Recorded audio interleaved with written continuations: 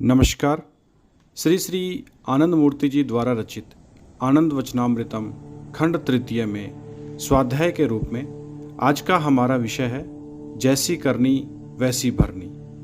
कुछ लोगों का ऐसा विचार है कि मनुष्य कुछ भी क्यों ना करे, उसका विचार होगा बहुत बहुत दिनों के बाद, एक निर्दिष्ट दिन में, जिसको कह सकते हैं डूम्सडे। विचार का दिन कयामत का दिन है। अब देखना है कि ऐसा कहना कहाँ तक सही है। मनुष्य, यह बात तो सही है कि man is rational being if not a rational animal. मनुष्य एक विचारशील जीव है। विचार की कसौटी से हमें यह विचार करना है कि ऐसा कहना कहाँ तक सही है कि हजार हजार लाख लाख सालों के बाद एक दिन विचार होगा। पहले देखें तो जी, हजार हजार लाख लाख साल तक मनुष्य रहेंगे कहाँ? मर गए तो रहेंगे कहाँ? क्या मनुष्य कब्रगाह में रहेंगे? समूचा शरीर माटी में मिल जाएगा। देवताओं के पास कहीं 2-4 जगह की हड्डी 8-10 साल तक रहती है, बाकी जगह उसके पहले माटी बन जाती है। तब वे कहाँ रहते हैं? कब्र में रहेंगे। कब्र में कौन रहेंगे? कब्र में जो जाएंगे सभी तो माटी बन जाएंगे। तब तो हो सकता है कि किसान हल चला दें, तो मनुष्य रहेंगे कहाँ? मनुष्य की शक्ल रहेगी कहाँ? शक्ल माने क्या? उस हालात में जो इंतज़ार में है, विचार को शरीर नहीं होता, नर्व फाइबर्स नहीं है, इसके नर्व सेल्स, इसके स्नायु तंत्र नहीं है, नर्व नहीं है, स्नायु कोश नहीं है, तो मन का अधिष्ठान कहाँ होगा? दूसरी बात है कि शरीर की मृत्यु क्या है। मृत्यु के साथ साथ जैसे आत्मा को स्थानांतर प्राप्ति होती है और मन क्या हो जाता है, और वह रहेगा कहाँ? वह मन, वह आत्मा। शरीर तो यहाँ रहकर सड़ गया। अच्छा, विचार के दिन अनंत काल के बाद कब्रगाह से उठेंगे कौन? शरीर तो नहीं उठ सकता है, वह तो है नहीं, माटी हो गया। और मन, आधारहीन मन, उठकर जाएगा कहाँ? विचार के लिए जाएगा कहाँ? और आत्मा जहाँ थी सस्पेंडेड है, आत्मा का काम तो वहीं बंद हो गया। यह एक दृष्टिकोण है। इस दृष्टिकोण से अगर देखा जाए कि कोई मनुष्य कयामत के इंतज़ार में नहीं रहता, कर्म के साथ साथ विचार मिला हुआ है। Wherever there is action there is equal and opposite reaction, provided that those fundamental relative factors time, space and persons remain unchanged. Time, space and person अगर मान भी लेते हैं, space remains unchanged but the time changes. इसलिए यह युक्ति विरोधी बात है। एक दिन मनुष्य हो सकता है कि यह सब मानते थे, भय के कारण हो चाहे नासमझी के कारण हो। आज का मनुष्य यह नहीं मानता है, बोलने की हिम्मत नहीं है, इसलिए बोलते नहीं है, मगर उनका दिल नहीं मानता। एक्शन का रिएक्शन, क्रिया की प्रतिक्रिया होती है, वहाँ क्रिया के साथ प्रतिक्रिया का बीज निहित रहता है। और उपयुक्त एनवायरनमेंट, उपयुक्त परिवेश, उपयुक्त वातावरण मिलते ही क्या होता है, उसका अभिप्रकाश हो जाता है। हर कर्म का प्रतिकर्म फौरन नहीं होता है, अपने वातावरण के इंतजार में रहता है, मगर हर वातावरण ही किसी न किसी कर्म के प्रतिकर्म के उपयुक्त है। हर वातावरण हर कर्म की प्रतिक्रिया के उपयुक्त नहीं है, यह बात ठीक है, किंतु हर वातावरण किसी न किसी प्रतिक्रिया के उपयुक्त है, वह तो होता ही रहेगा। इसलिए अनंत काल तक इंतजार में कोई रह नहीं सकता है, क्योंकि अनंत काल तक सस्पेंशन में दुनिया में रहना पड़ेगा। अनंत काल नहीं, एक खंड काल के लिए भी सस्पेंशन में रहना मुश्किल है। सस्पेंडेड रहने से ही होगा क्या? तुरंत उसके भीतर में विद्रोह का अंकुर उत्पन्न हो जाएगा, वह बस्ट कर जाएगा। यही है नियम। ऑफिस में किसी आदमी को सस्पेंड कर दिया गया, नेक्स्ट मोमेंट में क्या होता है? उसके मन में विद्रोह का बीज अंकुरित हो जाता है। वह कुछ का सहारा लेता है, इससे उससे बोलता है, मूवमेंट करता है, क्या न क्या करता है। सस्पेंशन की यही स्वाभाविक प्रतिक्रिया है। तो मन अगर सस्पेंडेड हो जाए, एक सेकंड भी रह नहीं सकता है। इसलिए मनुष्य का मन, मनुष्य हो चाहे कोई भी जीव जंतु हो, मृत्यु के बाद तुरंत खोज शुरू हो जाती है। किसके लिए? नए शरीर के लिए। कहाँ उपयुक्त वातावरण मिलेगा, कहाँ नया शरीर मिलेगा, तो वह सस्पेंडेड रह नहीं सकता है। तुम कहते हो जब तक खोज चलती है तब तक सस्पेंडेड है। नहीं जी, तब तक भी तो एक्शन है। खोज खोज चेष्टा, कहाँ शरीर मिलेगा, कहाँ शरीर मिलेगा, कहाँ नया शरीर मिलेगा, अभी भी खोज में वह है। तो मनुष्य का जब देहांत होता है तब क्या होता है? मन सस्पेंडेड है, शरीर से विच्युत है, नर्व काम नहीं कर रहा है। कभी कभी होता है कि मनुष्य की मृत्यु भी कई प्रकार की है।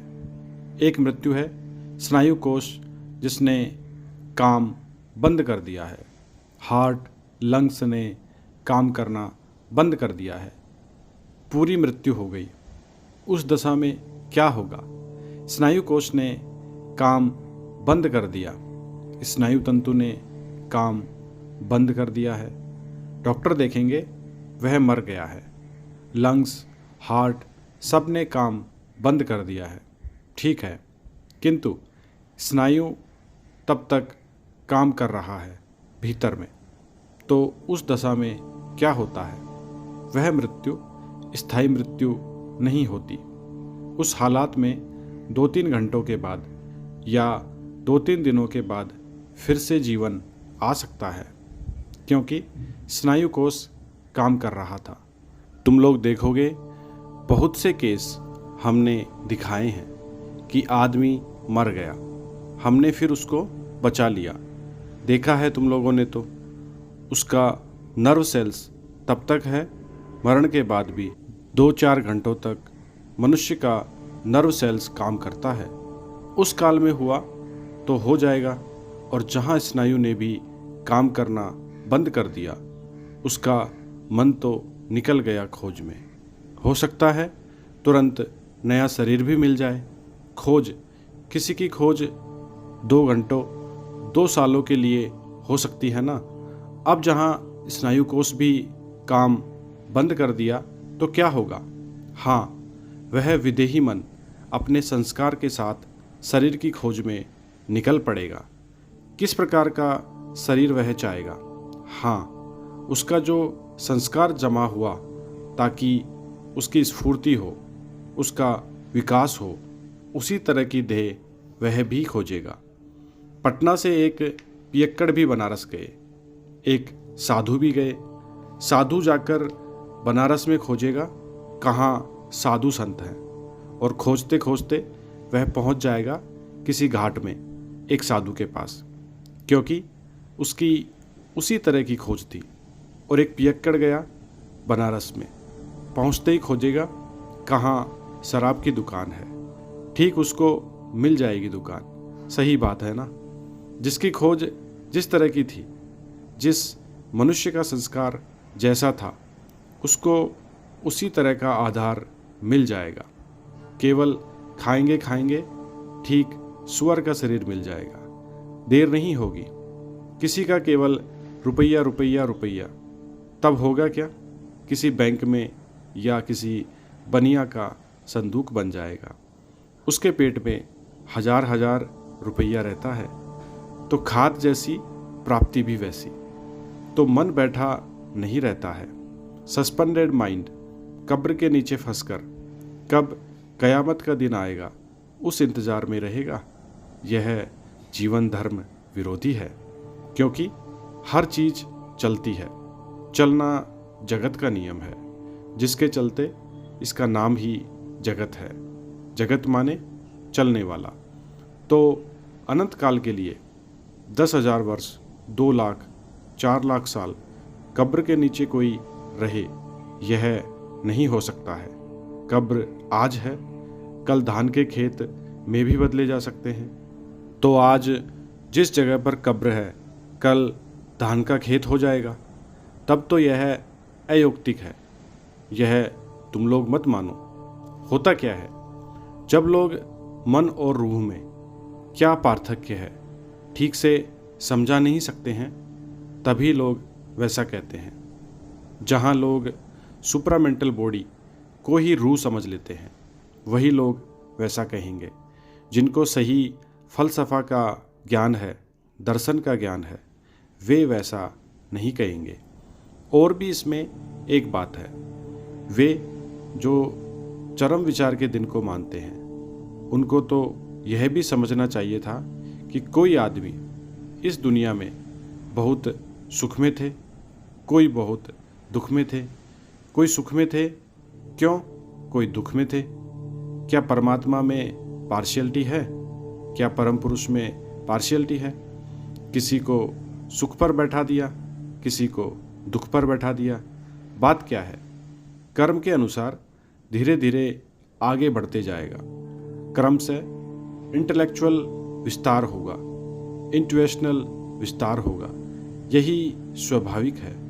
उसके अनुसार फिर मौत के बाद नई देह मिलेगी। पाते ही हैं। अगर हम बोलते हैं कि अभी नहीं मरा, मनुष्य जन्म ही प्रथम जन्म था, तो सवाल यही होगा, क्यों परमात्मा ने एक को सुखी, एक को दुखी किया, एक को धार्मिक, एक को अधार्मिक बनाया? दोषारोपण तो परम पुरुष पर हो जाएगा। और दूसरी बात है कि इस दुनिया में जो धार्मिक थे, जो अधार्मिक थे, परम पुरुष क्यों उसको अधार्मिक बनाए?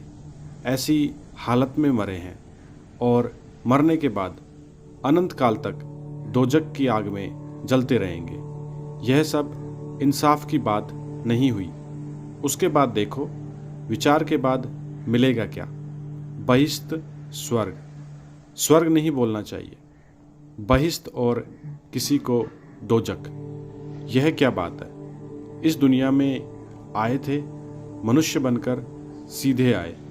हम लोगों के दर्शन के अनुसार तो सीधे मनुष्य नहीं बनेंगे। तो जो आए, परमात्मा ने उनको सही राह नहीं दिखाई और वे दोजक की आग में जलते रहेंगे। यह भी ठीक विचार नहीं हुआ। फिर किसी को ईमान सिखाया और बहुत कुछ सिखाया और आखिर तक विचार के अनुसार उसको बहिष्त मिल गया।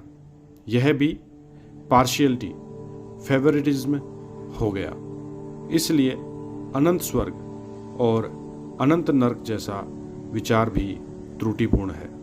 अनंत स्वर्ग नाम की कोई चीज़ नहीं है, अनंत नरक के नाम की भी कोई चीज़ नहीं है। अर्थात दोजख बोलो चाहे हविया बोलो, यह सब बात ठीक नहीं है।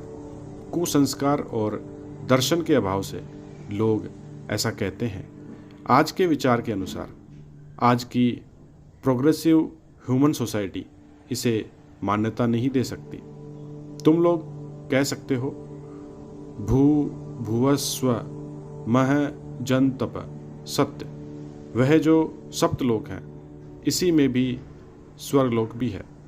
इसका भूर्भुव से स्वर्गलोक को ही स्वर्ग कहते हैं संस्कृत में। अर्थात मनुष्य ने सत्कर्म किया। शास्त्र कहता है सत्कर्म किया, स्वर्ग का लोभ था उसके मन में, तो जब तक वह सत्कर्म किया, सत्कर्म की जो पूंजी उनके पास है, उसके भोग के लिए स्वर्ग जाता था। सत्कर्म की पूंजी पुराने काल के लोग कहते थे, खत्म हो जाने के बाद फिर नीचे गिर जाते थे और असत्कर्म के अनुसार कष्ट भोग करते हैं। यह फिर भी कुछ अच्छा विचार है, क्योंकि स्वर्ग खत्म हो जाता है सत्कर्म खत्म हो जाने के साथ साथ, मगर यह भी ठीक लक्ष्य नहीं है। स्वर्ग भी किसी को लक्ष्य नहीं बनाना चाहिए।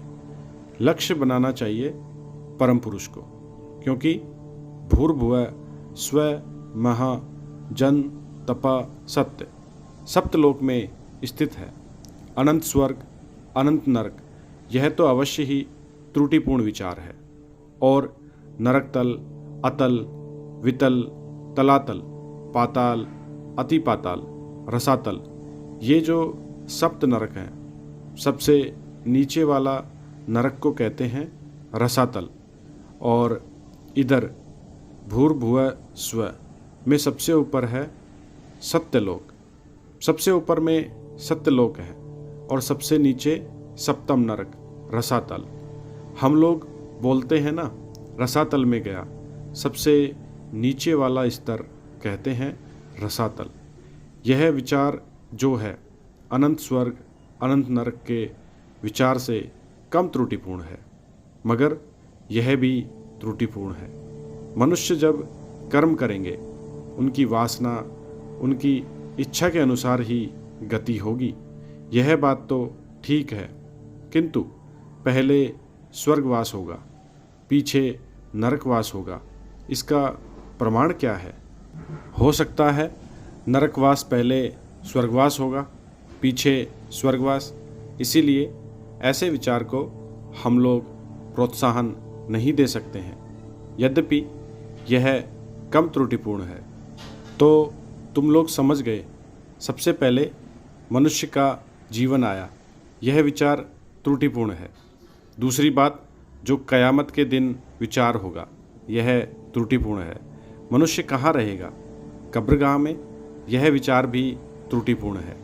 अनंत स्वर्ग अनंत नरक, यह विचार भी त्रुटिपूर्ण है। तुम लोग अपना कर्म करोगे, कर्म को ब्रह्मार्पण करोगे, ब्रह्मार्पण ब्रह्म हवि, ब्रह्म में अर्पण करोगे। और करते करते जब कर्म का क्षय हो जाएगा, कर्म समाधि होगी, तब सत्यलोक में परम ब्रह्म में स्थित हो जाओगे। अनंत काल तक सा आनंद रहोगे। यही है रास्ता। पटना 17 अक्टूबर 1978। धन्यवाद। बाबा नाम केवलम।